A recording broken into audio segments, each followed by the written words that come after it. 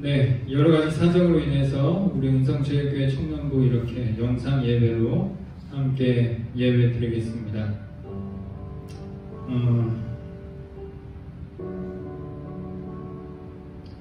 각처에서 어떻게 영상 예배를 드릴 수 있을지 모르겠지만 어쨌든 서로 최선을 다해서 말씀 앞에 하나님을 대면하는 은혜로운 시간 되었으면 좋겠습니다. 그러한 신앙인의 태도로서 가장 중요한 게 거룩하고 정결한 마음으로 하나님을 만나는 거라고 믿습니다. 이번 함께 찬양하면서 최선을 다해서 말씀을 향해 나아가겠습니다. 찬양하겠습니다. 정결한 마음 주시옵소서.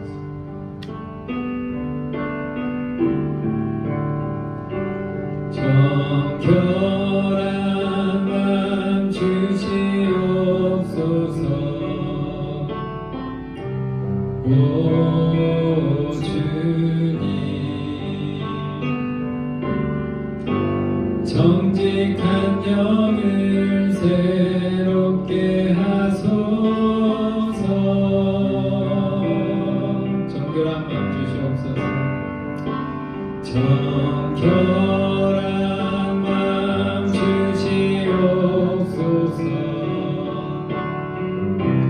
오 주님, 정직한 영을 새롭게 하소서. 나를 주님 앞에서, 나를 주님 앞에서 멀리 하지 마시고 주의 성령을 거두지 마옵소서.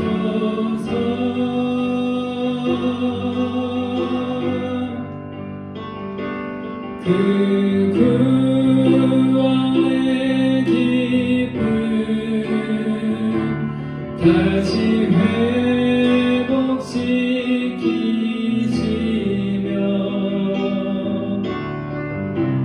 변치 않는 맘 내 안에 주소서. 나를 주님 앞에서, 나를 주님 앞에서 멀리 하지 마시고 주의 성령을 거두지 마옵소서.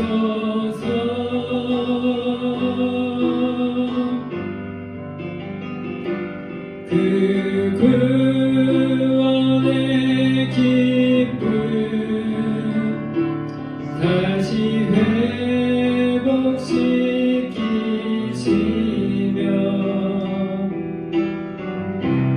변치 않는 맘 내 안에 주소서. 하나님 아버지 감사를 드립니다. 저희들에게 구원을 허락하시고 구원의 기쁨을 누리게 해주셔서 감사를 드립니다. 저희들 그 첫 마음을 다시 한번 회복할 수 있게 도와주시고 하나님의 참 제자로 기쁨으로 예배를 나눌 수 있게 해주시옵소서. 예수님의 이름으로 기도드립니다. 아멘. 함께 박수치면서 찬양하겠습니다.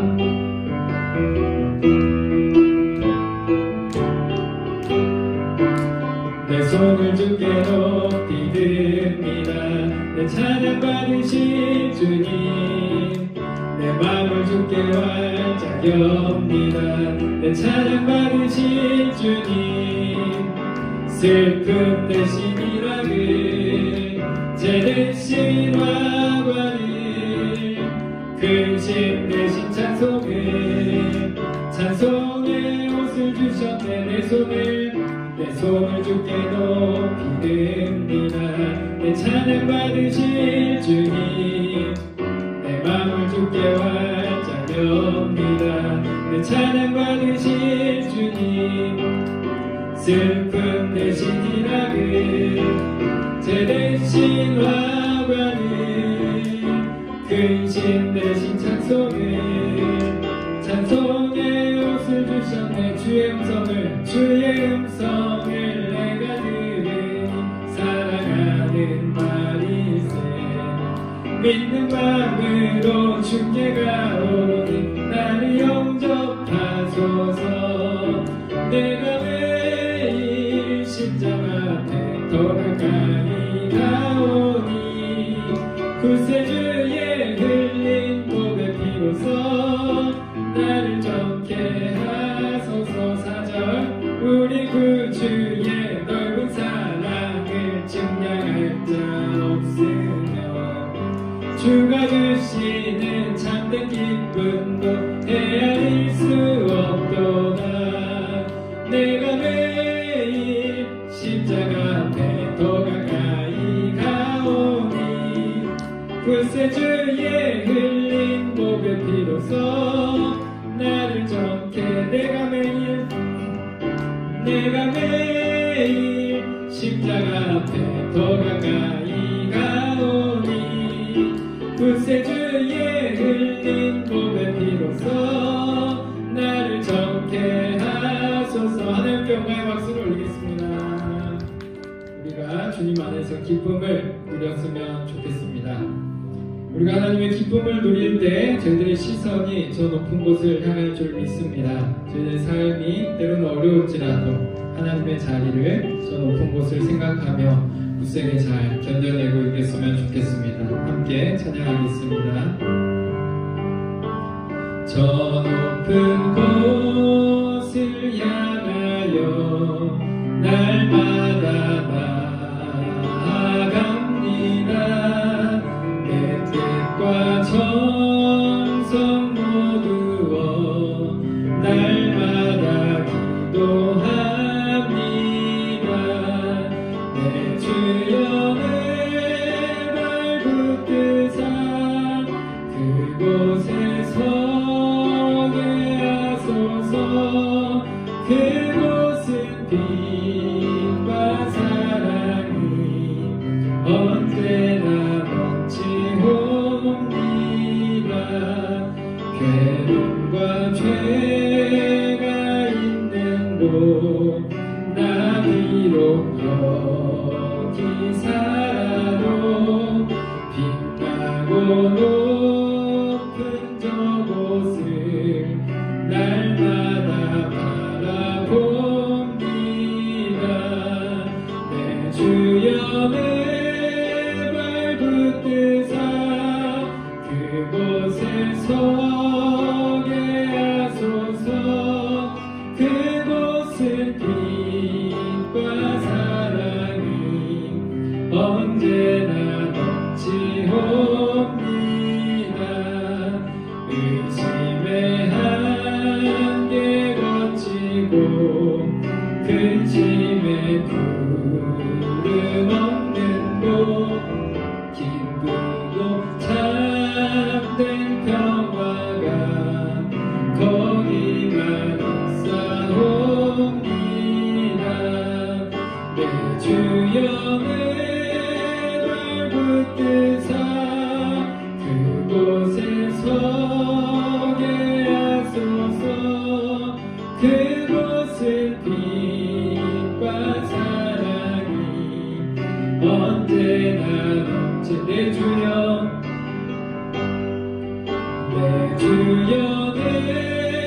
발붙드사 그곳에 서게 하소서. 그곳은 빛과 사랑이 언제나 넘치옵니다. 하나님 아버지 감사를 드립니다. 저희들의 허망한 인생을 그대로 버려두지 아니하시고 저희들이 높은 곳을 향하여 기대하며 기다리며 살아갈 수 있게 하여 주심에 감사를 드립니다.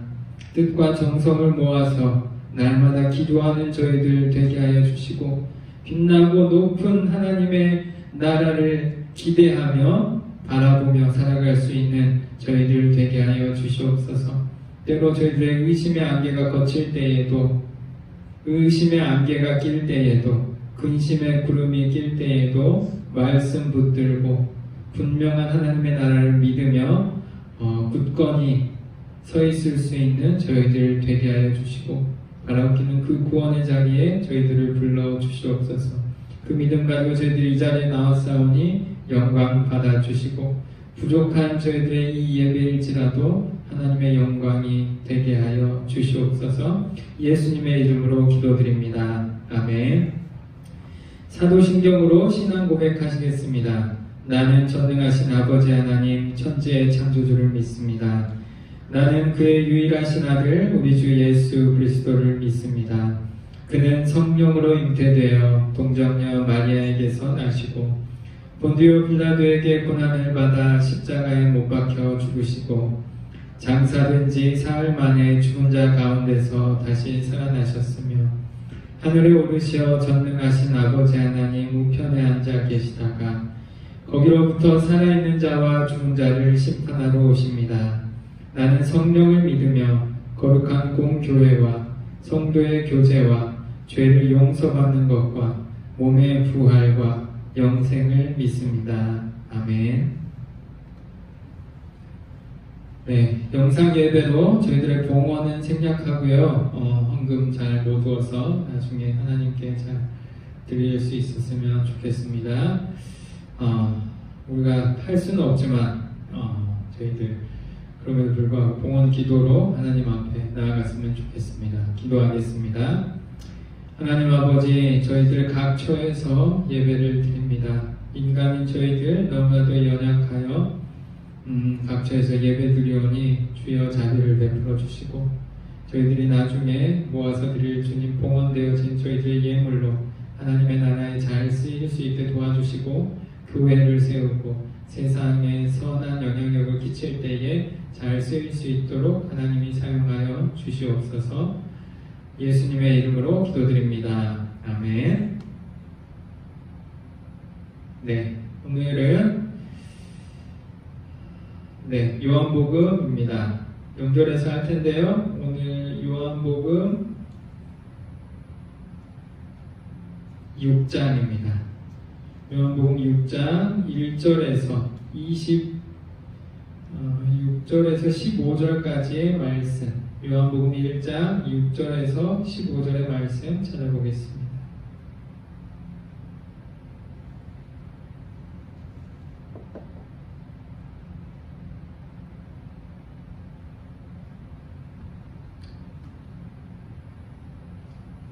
네, 다 찾으신 줄 알고 제가 읽겠습니다.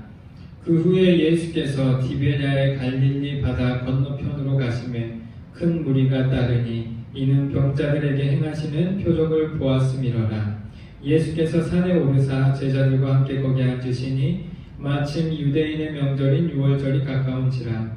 예수께서 눈을 들어 큰 무리가 자기에게 오는 것을 보시고 빌립에게 이르시되 우리가 어디서 떡을 사서 이 사람들을 먹이겠느냐 하시니 이렇게 말씀하시면 친히 어떻게 하실지를 아시고 빌립을 시험하고자 하심이라. 빌립이 대답하되 각 사람으로 조금씩 받게 할지라도 200데나리온의 떡이 부족하리이다. 제자 중 하나 곧 시몬 베드로의 형제 안드레가 예수께 여짜오되 여기 한 아이가 있어 보리떡 5개와 물고기 2마리를 가지고 있나이다. 그러나 이것이 이 많은 사람에게 얼마나 되겠사옵나이까. 예수께서 이르시되 이 사람들로 앉게 하라 하시니 그곳에 잔디가 많은지라 사람들이 앉으니 수가 5,000명쯤 되더라. 예수께서 떡을 가져 축사하신 후에 앉아있는 자들에게 나눠주시고 물고기도 그렇게 그들의 원대로 주시니라. 그들이 배부른 후에 예수께서 제자들에게 이르시되 남은 조각을 거두고 버리는 것이 없게 하라 하시므로 이에 거두니 보리떡 5개로 먹고 남은 조각이 12바구니에 찼더라. 그 사람들이 예수께서 행하신 이 표적을 보고 말하되 이는 참으로 세상에 오실 그 선지자라 하더라. 그러므로 예수께서 그들이 와서 자기를 억지로 붙들어 임금으로 삼으려는 줄 아시고 다시 혼자 산으로 떠나가시니라. 아멘. 네, 오늘 우리가 잘 아는 오병이어 본문입니다. 저희들이 항상 하던 대로 본문을 내용별로 잘 나눠보고요. 한번 정리해 보도록 하겠습니다. 1절, 2절 읽어주시죠. 시작. 그 후에 예수께서 디베랴의 갈릴리 바다 건너편으로 가심에 큰 무리가 따르니 이는 병자들에게 행하시는 표적을 보았음이러라. 아멘. 예수께서 갈릴리 건너편으로 가실 때 수많은 사람들이 예수님의 표적을 보고 예수님을 따르더라 하는 내용이 나옵니다. 많은 사람들이 예수님을 쫓고 있는 거죠. 3절 읽어보겠습니다. 시작. 예수께서 산에 오르사 제자들과 함께 거기에 앉으시니. 아멘. 그래서 예수님께서 산에 오르셔서 제자들과 앉았습니다. 그 당시에 수많은 사람들에게 말씀을 전할 마이크가 없었기 때문에 말씀을 전하는 사람이 높은 곳에서 있고 높은 곳에 서 있는 선생이 말을 전하면 중간중간에 있는 사람들이 그 말을 들어다가 다시 한번 말하고 다시 한번 말해서 수많은 사람들이 예수님의 말씀을 들었을 겁니다. 그래서 예수님이 산에 오르셔서 자리를 잡으시고 그렇게 자리를 잡아 앉으시면 수많은 사람들이 군데군데 모여서 자리에 앉는 거예요. 그리고 중간중간에 예수님의 말씀을 들어 전할 사람들이 준비하게 되는 겁니다. 그렇게 수많은 사람들이 모여 있습니다. 잠깐 해설이 4절에 들어갑니다. 마침 유대인의 명절인 6월절이 가까운지라. 5절 읽습니다. 예수께서 눈을 들어 큰 무리가 자기에게 오는 것을 보시고 빌립에게 이르시되 우리가 어디서 떡을 사서 이 사람들을 먹이겠느냐 하시니. 아멘. 그래서 예수님이 갑자기 빌립에게 질문을 하는 겁니다. 사람이 많다. 우리가 이 사람들 지금 나의 말을 듣기 위해 나에게 배우기 위해 하나님의 계시를 받기 위해 내 앞에 모인 이들이 하루 종일 나를 쫓아다니고 걸어다니고 이 자리에 모여 있으니 배고파서 내가 떡을 먹여야 할 텐데 어떻게 해야 될까? 오늘 본문에는 어디서 사서 먹여야 될까? 이렇게 많은 사람들을 먹일 떡을 어디서 구할 수 있을까? 질문하는 겁니다. 6절 잠깐 해설이 들어가죠. 이렇게 말씀하심은 친히 어떻게 하실지를 아시고 빌립을 시험하고자 하심이라.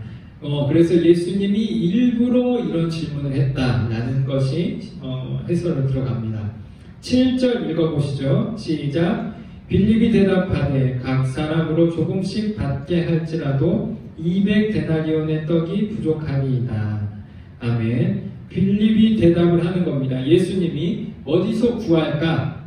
어디서 얼마나 주고 구할 수 있을까? 했더니 빌립은 예수님의 질문에 맞게 200데나리온의 떡이 부족합니다. 돈도 부족하고 떡을 만들 곳이 어딘지도 모르겠습니다. 200데나리온의 떡이 부족합니다. 이렇게 대답합니다. 그랬더니 새로운 사람이 등장하는 거죠. 8절, 9절 읽어주시죠. 시작.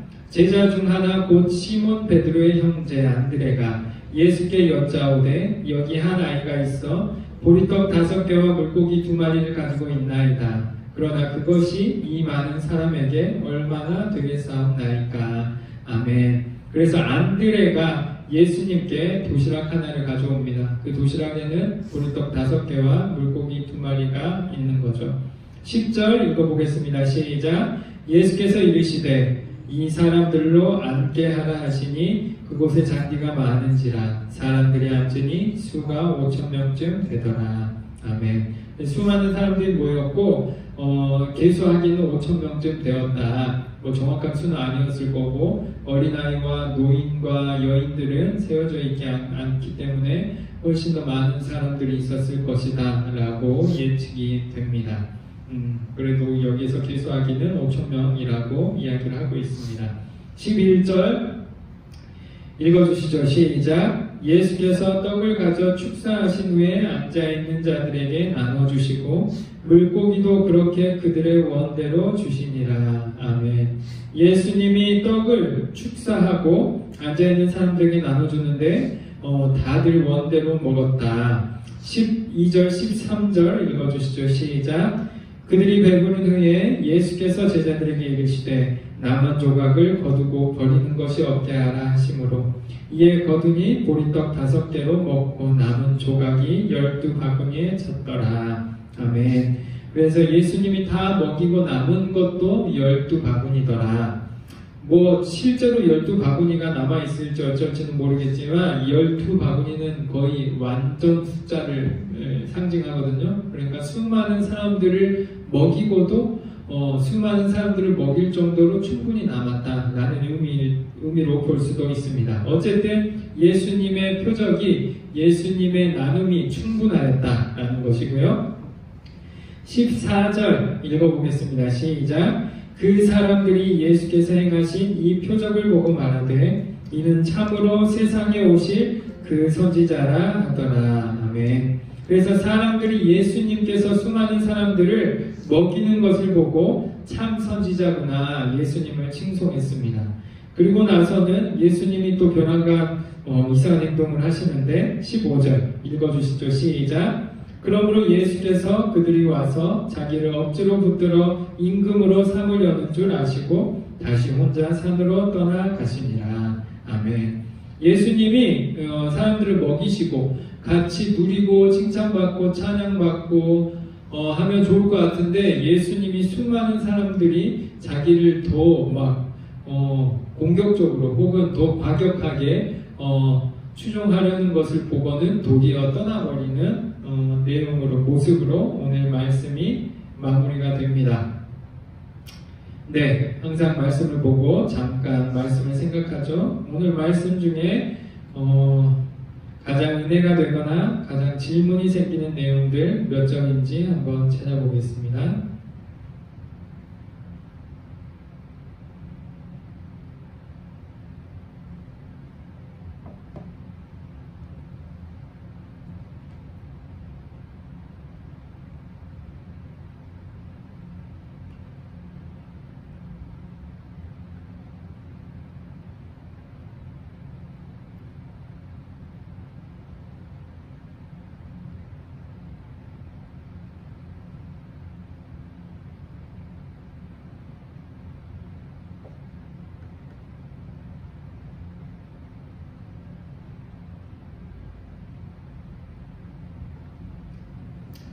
네, 오늘 우리들이 잘 알고 있는 오병이어에 대한 이야기고요. 네, 그래서 오늘 이렇게 정리를 해봤고 여러분들이 개인적으로 잘 묵상하시고 고민하시고 나눠보면 좋겠습니다. 영상과 상관없이 생기는 질문들 나눠주시면 좋겠고요. 오늘 본문 한번 보겠습니다. 제가 이상하게 혹은 고민이 되었던 부분은 이겁니다. 6절 보시죠. 이렇게 말씀하심은 친히 어떻게 하실지를 아시고 빌립을 시험하고자 하심이라. 예수님께서 빌립에게 이상한 질문을 합니다. 그래놓고 해설이 묻기를 예수님이 일부러 시험했다라고 하는 겁니다. 예수님의 질문이 뭐였습니까? 우리가 어디에서 떡을 사서 이 사람들을 먹이겠느냐. 예수님이 나중에 어떻게 먹이실 것을 아셨다고 저는 믿습니다. 예수님이 어떤 권능을 통해서 본인의 표적을 통해서 사람들을 먹일 것을 알고 계셨을 것이다. 예수님은 신이자 인간이니까 알고 계셨을 것이다. 저는 믿는데요. 예수님은 그러면 몰라서 질문을 하는 게 아니고 알면서도 질문을 한 겁니다.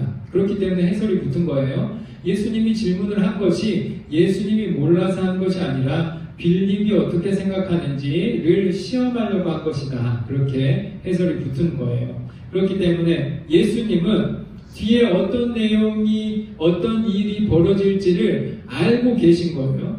그런데 빌립에게 질문을 하는 겁니다. 어디에서 떡을 구해서 먹일까? 왜 질문을 할까요? 예수님이 왜 빌립에게 질문을 하는 겁니까? 그게 예수님의 교육의 방식이기 때문입니다. 예수님이 가르치던 방식이 크게 두 가지라고 볼 수 있는데요. 예수님이 본을 보이셨다. 이거는 삶의 모습을 보인 거고, 예수님이 말로써 가르친 것은 크게 두 가지 방식이 있습니다. 첫 번째는 뭐냐? 비유를 들어서. 성경에도 그러잖아요. 이 사람들에게 온전히 이해시키기 위해서 비유를 들어서 설명했더라. 성경에 나와 있습니다. 그리고 또한 두 번째 방식이 뭐냐? 이렇게 질문을 하는 겁니다. 너는 나를 누구로 아느냐? 너희는 나를 누구라 하느냐? 그리고 또 오늘 빌립에게 질문하는 거죠. 어디서 떡을 사서 이 사람들을 먹이겠느냐? 답을 모르는 것이 아니라 이후에 어떤 일이 벌어질 것이라는 것을 몰라서가 아니라 빌립을 가르치기 위해서 예수님이 질문하고 있다는 것이 오늘 본문 말씀의 해석으로 붙어 있는 겁니다. 빌립을 시험하고자 하심이라. 그래서 질문을 하는 겁니다. 제가 설교할 때도 여러 번 질문을 하는 겁니다. 왜냐? 성경을 읽는 이유와 관계가 있습니다. 우리가 왜 성경을 읽습니까? 성경을 읽으면 성경이 자동적으로 우리의 삶을 고칩니까? 성경을 읽으면 성경이 자동적으로 우리의 마음을 움직입니까? 때로는 그럴 수 있지만 보통 성경은 가만히 있습니다. 성경이 가만히 있는 이유는 우리가 읽어야 하기 때문입니다. 그 성경을 우리가 읽고 어떻게 해야 되죠? 우리 나름으로 그 말씀을 묵상하는 겁니다. 우리가 그 나름으로 말씀을 묵상을 할 때마다 우리는 어떤 해석을 하게 되고 성경을 이해하게 됩니다. 그런데 그 이해를 하는, 어떻게 이해를 할까라는 그 훈련을 어떻게 할까요? 질문을 통해서 하는 겁니다. 제가 그래서 성경을 설교할 때마다 항상 어떤 본문에서 질문이 생기느냐, 이게 가장 중요한 겁니다.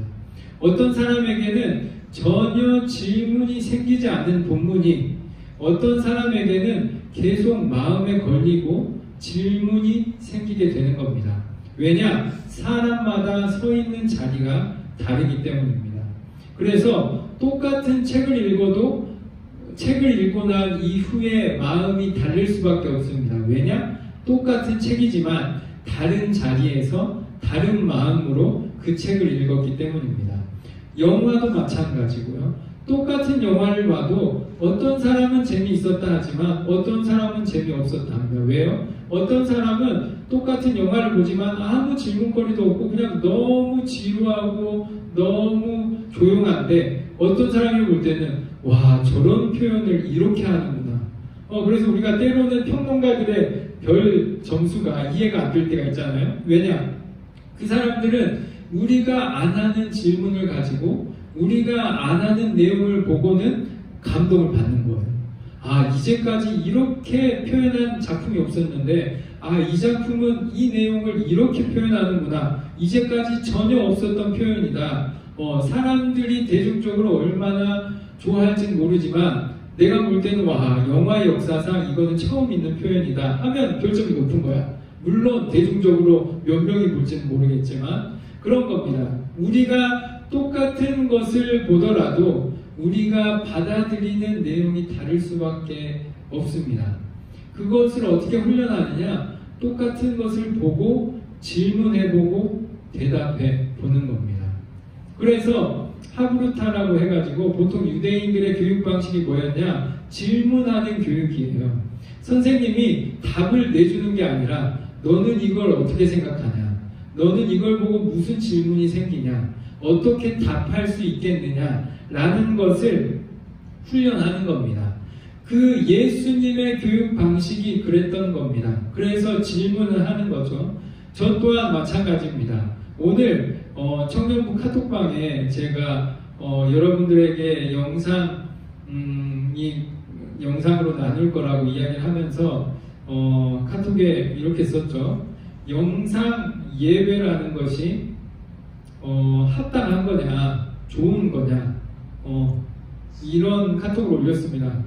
그러면서 여러분들에게 작은 질문거리를 던지는 겁니다. 예배의 본질이 뭐냐? 우리가 예배를 한다고 할 때 지켜야 될 게 뭐냐? 우리가 그게 아니라면 포기해야 될 게 뭐냐? 이런 것을 생각해 보게 하는 겁니다. 영상 예배 영상을 나눠서 우리가 예배 순서에 맞춰서 예배를 하는 것, 그것을 영상 예배라고 할 수 있지만 저는 고민이 되는 겁니다. 이 코로나19가 끝났을 때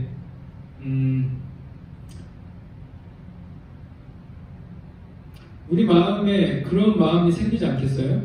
바쁘니까 오늘은 집에서 영상으로 보겠다. 저는 그게 쉽게 그런 마음이 생길 것 같아요. 질문이 생기는 거죠. 목사인 저도 영상 예배라는 게 가능할까 질문이 생긴 거고 마음에 걸린 겁니다. 누군가는 질문이 안 생기겠지만 그래서 저도 여러분들에게 질문을 나눈 겁니다. 영상 예배라는 게 가능하냐? 차라리 제가 예배를 이렇게 생각합니다. 예배는 일주일에 한 번이면 된다.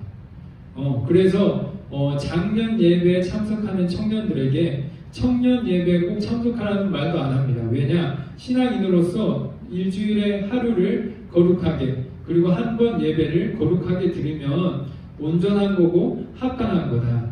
11시 예배만 예배냐? 8시 예배만 예배냐? 저녁 예배만 예배냐? 모두 합당한 예배고 그 예배 중에 하나를 온전히 드리면 그 사람은 다 한 거다. 하지만 그 사람이 더 하고 싶어서 하는 것은 그 사람의 열정이고 신앙 고백이지만 최소한 우리가 신앙인으로 해야 될 하나의 고백이 있다면 일주일에 하루를 거룩하고 정결하게 하나님과 나누고 그 시간의 일부를 예배로 하나님께 영광 돌리는 것이 합당한 것이라고 저는 생각합니다. 저는 그렇게 믿고 있는데 영상 예배는 질문이 생기는 거예요. 영상 예배가 합당하면 TV로 사람들이 설교하는 것을 듣는 것까지 예배라고 할 수 있나? 아니면 우리가 유튜브를 식탁에서 앉아서 반드시 앉아서 들으면 그걸 예배라고 할 수 있나? 파자마를 입거나 혹은 잠옷을 입고 드리는 것은 부당한 예배고 옷을 깨끗이 입고 씻고 와서 식탁에 앉아서 드리는 것은 예배라고 생각할 수 있나? 저는 여러 가지 고민거리가 생기고 코로나 이후에는 더 많은 신앙이 약한 사람일수록 더 많은 혼란이 올 것 같다는 생각을 했어요. 그래서 차라리 이것을 예배라고 하지 말고 그냥 성경 경건 생활을 돕도록 성경 공부를 시켜주고 예배는 온당한 예배. 제가 생각하는 예배는 사람이 물리적으로 모이는 것이 중요하다고 생각합니다.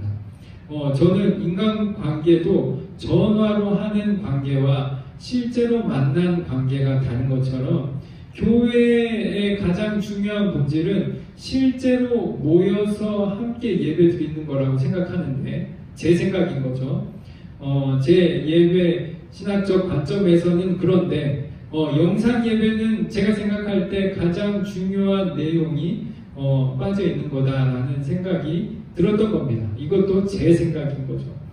설교보다 더 중요한 건 뭐냐? 하나님을 믿는 사람들이 함께 모여서 성경을 보는 거다. 저는 그렇게 믿는데 영상 예배는 그러한 의미에서 조금 질문이 생긴 거예요. 그래서 이 영상 예배라는 것이 반복되고 영상 예배라는 것이 계속 되었을 때 우리 신앙에 도움이 될까, 득이 될까, 실이 될까 고민을 할 때 저는 좀 실이 되지 않을까 생각을 했습니다만 제 생각입니다.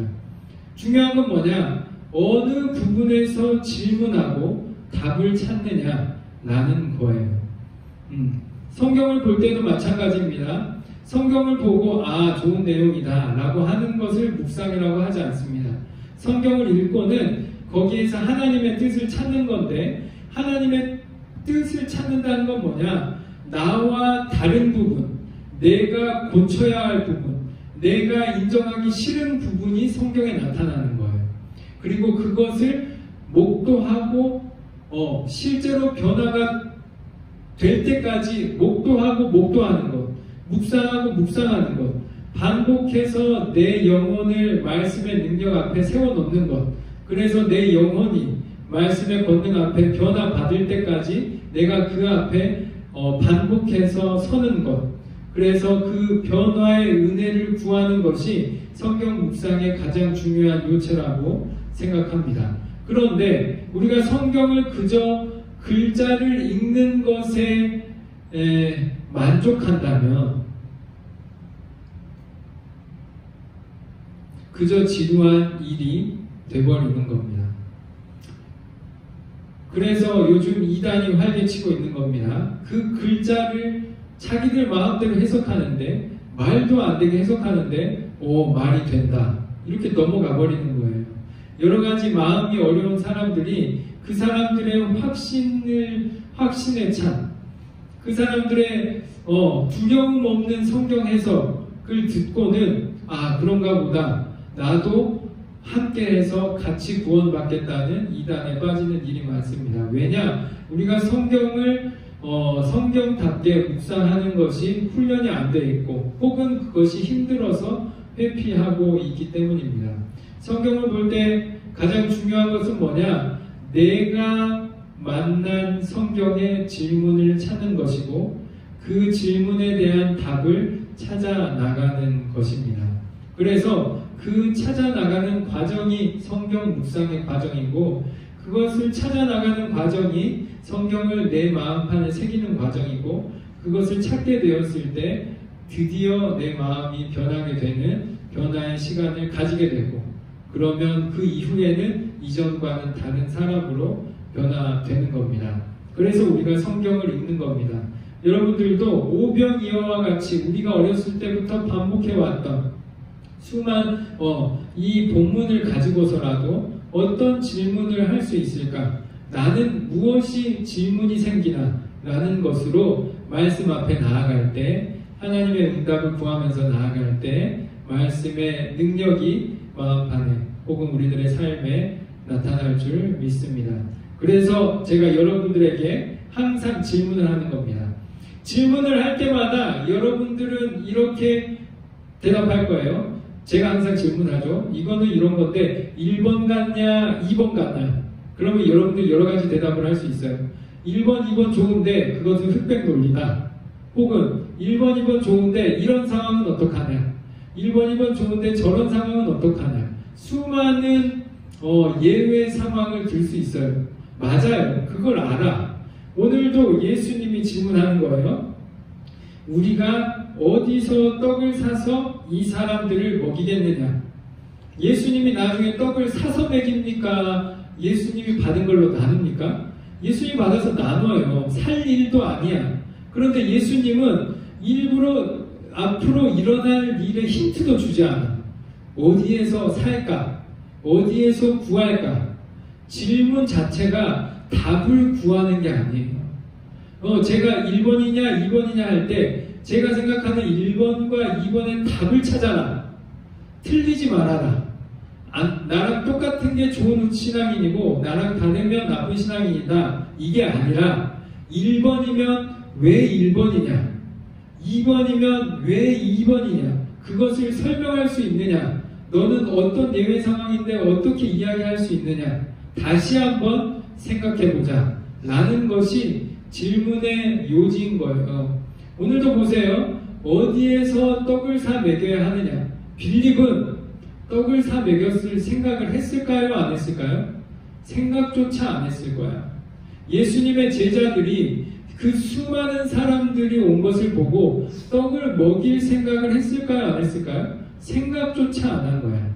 질문을 왜 하느냐? 생각조차 안 하는 사람들에게 생각하게 하기 위해서 질문을 하는 거예요. 이게 중요한 거예요. 예수님에게는 뭐가 중요해요? 사람들을 실제로 먹이는 일이 중요해요. 제자들은 생각조차 안 하고 있어. 하지만 예수님에게는 이 사람들을 실제로 먹이는 것이 중요해요. 그리고 그 일을 위해서 본인이 일을 하실 거예요. 그러니까 제자들아, 너도 생각을 해봐라. 어떻게 할 거냐? 그렇게 포기하고 있지 말고 생각을 해봐라. 이게 질문 교육의 요체인 거예요. 우리가 성경을 볼 때도 마찬가지예요. 제가 질문을 하는 이유는 뭐냐? 이 부분을 그냥 넘기지 말고 다시 한번 생각해봐라. 이것이 질문의 목적이지 1번을 누가 들었냐? 2번을 누가 들었냐? 예외 상황이 뭐냐? 이거는 질문의 목적이 아니에요. 그러니까 제가 앞으로 여러 가지 질문할 때는 이런 예외 상황은 어떡합니까? 저런 예외 상황은 어떡합니까? 그거 필요 없어요. 질문을 제가 어설프게 던지더라도, 질문이 흑백 놀리더라도, 어쨌든 내가 이 말을 들었을 때 어떤 생각이 들고 1번이냐, 2번이냐를 선택해보면 되는 거예요. 그리고 누가 물었을 때 나는 뭐라고 답할까를 생각해보면 되는 거예요. 그게 훈련인 겁니다. 그게 훈련인 거예요. 그런 사람들에게, 신앙 없는 사람들이 질문을 했을 때 대답할 수 있는 신앙의 근육이 생기는 겁니다. 우리가 교회를 수십 년을 다니지만 다른 사람이 물어봤을 때 목사님 찾아가 봐라, 이렇게 하면은 내가 훈련이 안 된 거예요. 물론 내가 틀릴 수도 있지만 나는 이렇게 생각하고, 생각나는 성경 구절은 이거고, 나는 이렇게 생각하는데 다시 한번 생각해보고 목사님께도 여쭤보자 하는 것이 우리가 얼마나 신앙생활을 열심히 했는가, 신앙의 근육을 키워왔는가 라는 것에 열매가 되는 것이고, 그러한 훈련이 되어 있어야 내 삶의 선택을 신앙적으로 할 수 있는 겁니다. 질문이 있을 때 대답을 회피하는 사람이 내 실제 고민이 생겼을 때 어떻게 그 고민을 해결할까요? 성경과 멀리 자기네 감정대로, 자기의 생각대로, 혹은 다른 사람이 말해주는 생각대로 선택할 거예요. 우리가 성경을 보고 고민해보고 생각해보는 이유는 뭐냐? 실제로 내 삶에 비슷한 상황이 발생했을 때, 혹은 내 삶에 고민이 발견되었을 때 내가 어떻게 행동할까를 내가 고민하고 말씀에 기대어 선택할 수 있는 훈련을 하는 겁니다.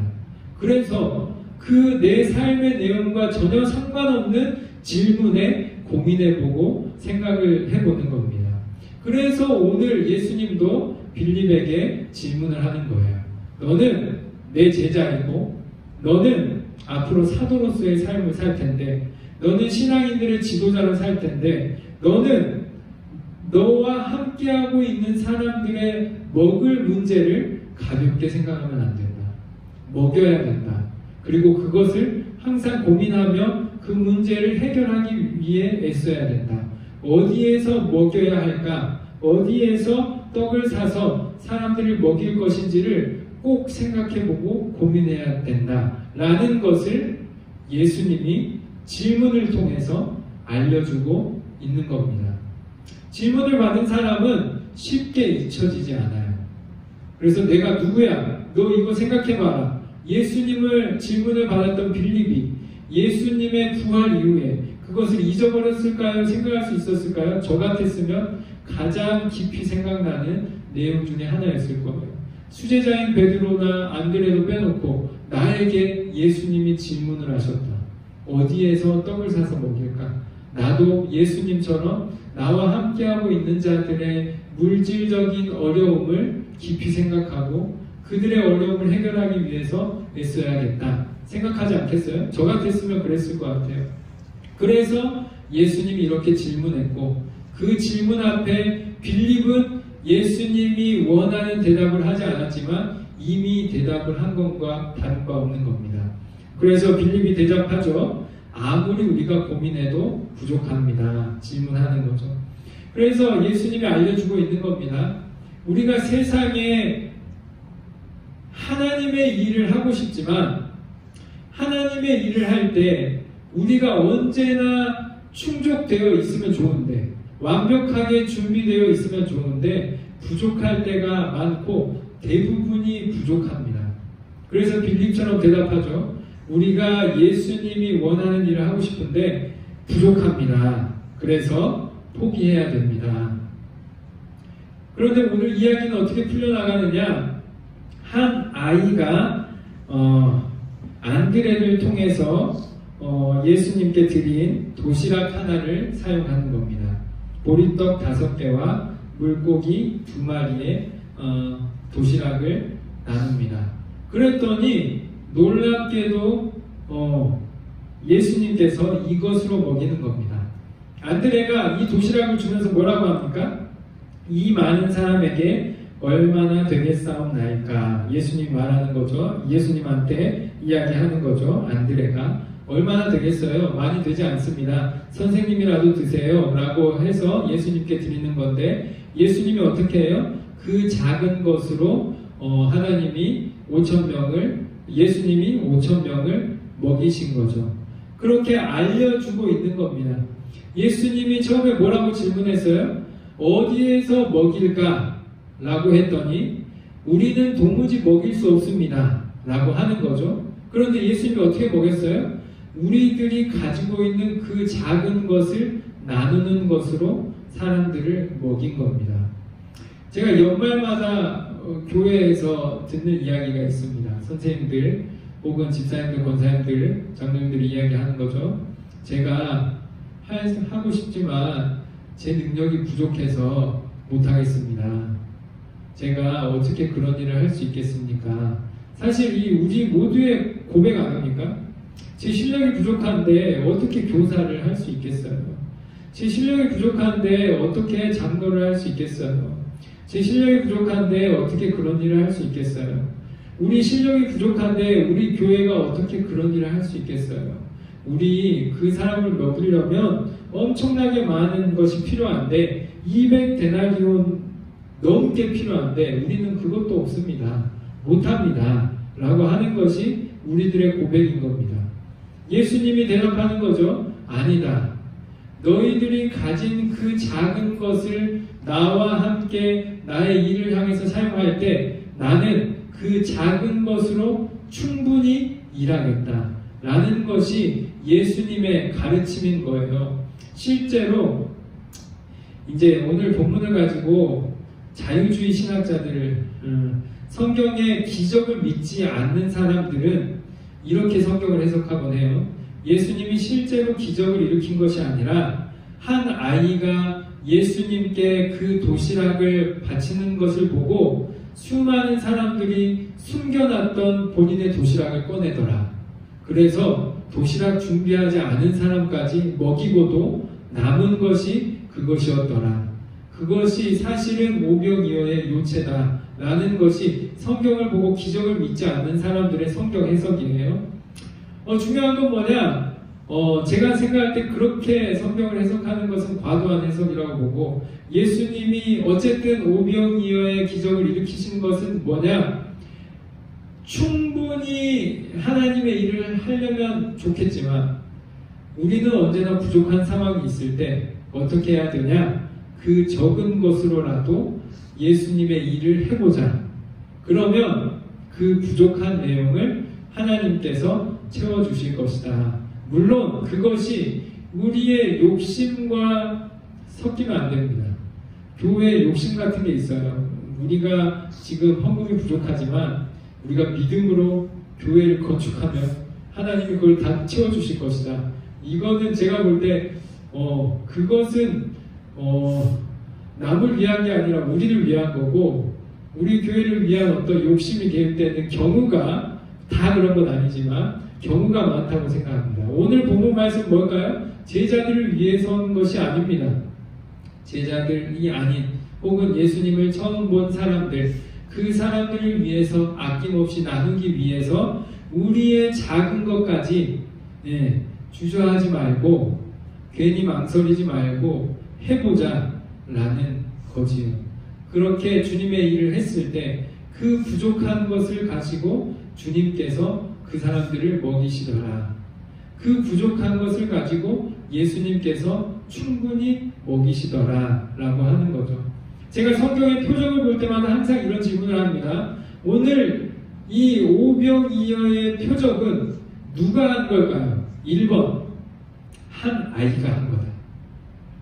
2번, 한 아이의 도시락을 받아서 온 안드레가 한 거다. 왜냐? 저 같았으면 도시락 하나 그냥 너 먹어라 할 수도 있잖아요. 안드레가 한 거다. 2번. 3번, 예수님이 한 거다. 이 오병이어의 표적은 누가 한 겁니까?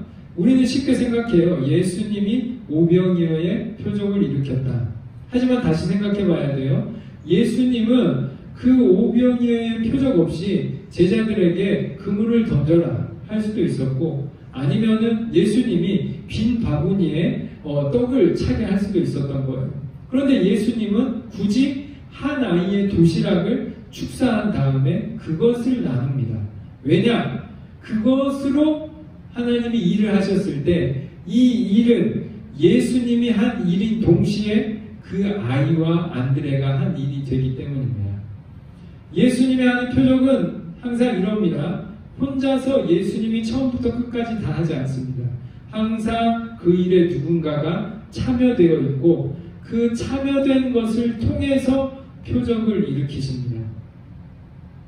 그것이 예수님의 표적의 요체입니다. 예수님이 처음부터 끝까지 다 해주겠다 이런 것은 없습니다. 예수님의 표적은 언제나 누군가의 참여를 통해서 언제나 일어납니다. 그래서 이것은 예수님의 표적이요 그 사람들의 기적이 될 수 있게 만들어주는 겁니다. 예수님이 우리에게 가르쳐주는 것도 똑같은 겁니다. 하나님이 처음부터 끝까지 다 한 일은 우리와 아무 상관이 없습니다. 하나님이 우리를 참여시켜서 하나님의 일을 하셨을 때 그 일은 하나님이 하신 것이요 우리가 한 일이 되는 것이기 때문입니다. 그래서 항상 예수님께서는 신천지의 추수꾼들이 아니라 예수님의 열매를 추수할 추수꾼들을 기다리고 부르고 계신 겁니다. 그래서 우리가 부족하나마 예수님의 추수꾼으로 예수님의 전도자로 말씀의 사람으로 제자로 살아갈 때 그 기적에 참여한 자요 그 표적에 참여한 자요 그 은혜를 누리는 자로 우리가 부름받을 수 있게 되는 겁니다. 여러분들이 그러한 일에 참여하고 참여되어서 하나님의 표적의 삶을 살아내는 여러분들이 되었으면 좋겠습니다. 마지막으로 간단하게 정리할 것은 마지막 15절입니다. 예수께서 그들이 와서 자기를 억지로 붙들어 임금으로 삼으려는 줄 아시고 다시 혼자 산으로 떠나가시니라.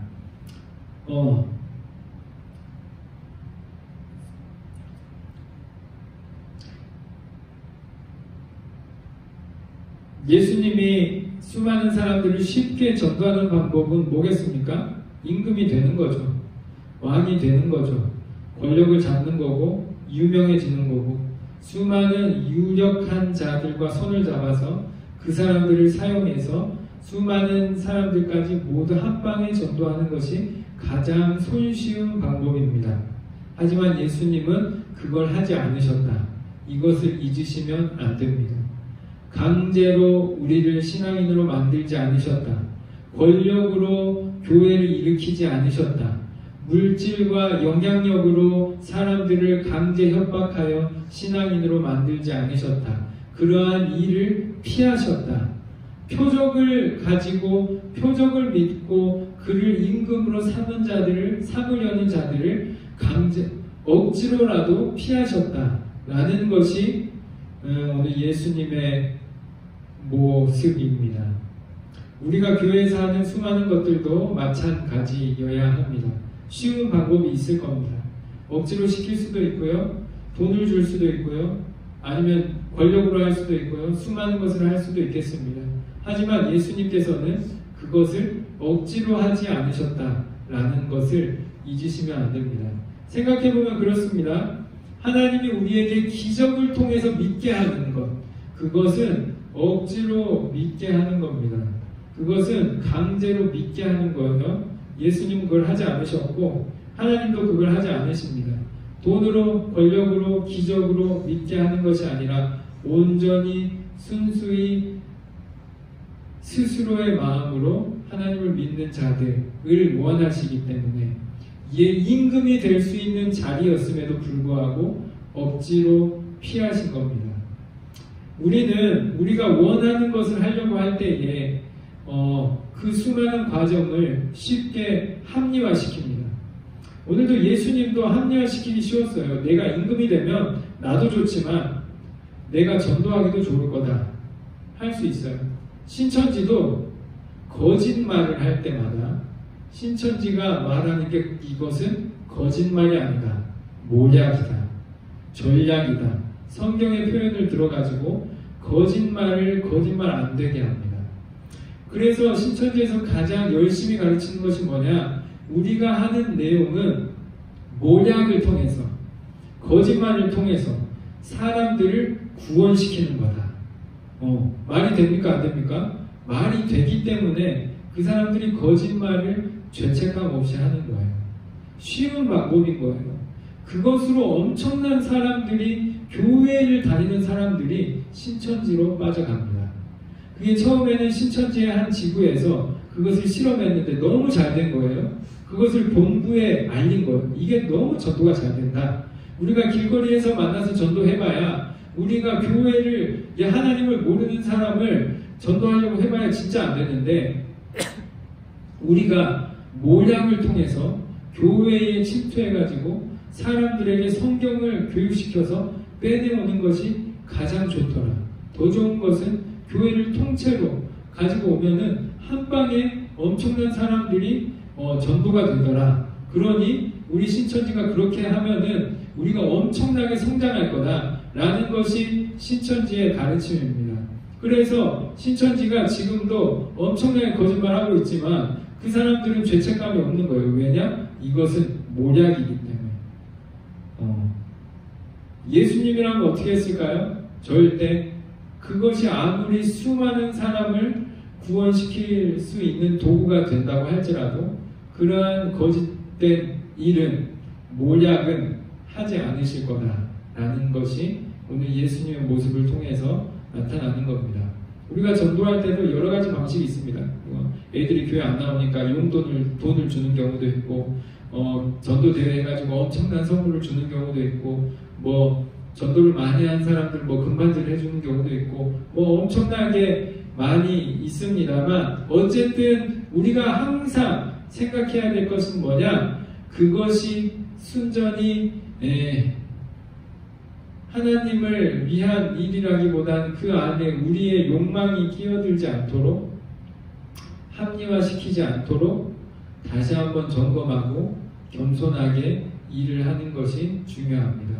결과가 아무리 큰 힘이 되더라도 과정이 옳지 못하다면, 온당하지 못하다면 그 일을 피하는 것이 예수님의 방식이고, 그것이 강제적이거나 그것이 파괴적일 때는 그것을 피해가는 것이 예수님의 방식입니다. 그래서 예수님은 자기를 임금 삼으려는 자들을 피하셨습니다.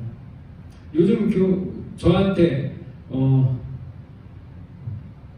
높은 사람이 돼서 엄청나게 많은 사람을 할 수 있겠다 해라 하면은 유혹이 엄청나게 될 것 같습니다. 물론 그런 일이 없을 것 같지만 그래서 오늘 예수님이 그런 믿음의 본을 보이는 겁니다. 엄청나게 수많은 사람들, 엄청나게 효과적인 일을 하는 것이 중요한 것이 아니라 온전한 과정을 만들어가고 다른 권력이나 다른 일들의 손을 붙잡지 않고 오로지 하나님의 말씀을 온전히 전하는 것으로, 그것을 살아내는 것으로 겸손하게 하나님의 일을 할 때에 그것이 하나님의 뜻이 드러나는 온당한 일이고 우리가 조심해야 될 일이다 라는 것이 오늘 예수님의 모습입니다. 바라기는 여러분들 예수님처럼 쉬운 길, 넓은 길이 아니라 필요하다면 좁은 길로 담대히 나아가는 여러분들 되었으면 좋겠습니다. 그래서 세상에 너를 임금 삼아 줄 거라고 유혹하더라도 그 유혹을 잘 이겨내시는 여러분들 되었으면 좋겠습니다. 기도하겠습니다. 하나님 아버지, 감사를 드립니다. 부족한 저희들 말씀 앞에 모입니다. 세상 사람들이 보기에는 그저 글자요 책이지만 저희들이 믿는 바로는 저희들의 마음을 변화시키는 하나님의 말씀인 줄 믿습니다. 저희들이 이 말씀을 읽고 묵상하고 다시 한번 결단할 때에 하나님 저희들의 마음에 변화를 일으켜주셔서 새 사람으로 살아날 수 있는, 더 나은 이로 살아갈 수 있는, 하나님의 사람으로 살아갈 수 있는 저희들 되게 하여 주시옵소서. 함께 하실 줄 믿으며 예수님의 이름으로 기도드립니다. 아멘. 월보에 나와 있는 우리 함께하는 기도로 마무리하겠습니다. 주님, 저를 평화의 도구로 써주소서. 미움이 있는 곳에 사랑을, 다툼이 있는 곳에 용서를, 분열이 있는 곳에 일치를, 의혹이 있는 곳에 믿음을, 오류가 있는 곳에 진리를, 절망이 있는 곳에 희망을, 어둠이 있는 곳에 광명을, 슬픔이 있는 곳에 기쁨을 가져오는 자가 되게 하소서. 아멘. 네, 저희 광고 있고요. 네, 광고 나가나요? 네, 저희들 코로나19 영향으로 영상 예배로 당분간 드립니다. 최대한 정중히 마음을 다해서 말씀 앞에 서는 여러분들 되었으면 좋겠습니다. 저희들 하루에 한 번 말씀 읽고 기도하고 찬양하는 하하하 운동을 하고 있고요. 특별히 사순절로 제가 말씀을 톡 게시판에 나누고 있습니다. 하하하 원래 본문을 하셔도 좋고 사순절 본문을 하셔도 좋습니다. 말씀을 가까이 하시는 여러분들 되었으면 좋겠습니다. 그리고 저희들 부활주일이 고민이 되는데요. 어쨌든 제가 오늘도 찬양을 제가 굳이 한 것은 지금 이 자리에도 찬양을 할 수 있는 분들이 여러 분 계시지만 최소한의 인원으로 예배를 드리는 것이 목표이기 때문에 제가 진행을 한 거고요. 여러분들도 최대한 조심해 주셔서 부활주일 발표하는 내용들 연습은 좀 더 나중으로 생각해서 좀 더 괜찮아졌을 때 함께 모여서 하고 그 전에는 영상으로 개인적으로 연습하는 것이 좋겠습니다. 그래서 교회가 세상에 걱정이 되지 않도록 잘 했으면 좋겠고요. 여러분들도 건강히 이 위기를 잘 이겨냈으면 좋겠습니다. 저희들 나누었던 월보, 2월달 월보 제출할 수 있으면 교회 사무실로 제출해 주시면 되고요. 시상은 저희들 모일 수 있을 때 할 거고요. 이후 3월, 4월 뭐 이런 월보들은 제가 다시 한번 정리해서 저희들 모였을 때 나눌 수 있도록 하겠습니다. 네, 오늘 광고는 이것으로 마치고요. 여러분들 건강히 잘 지내주십시오. 구독과 좋아요는 마음대로 하세요.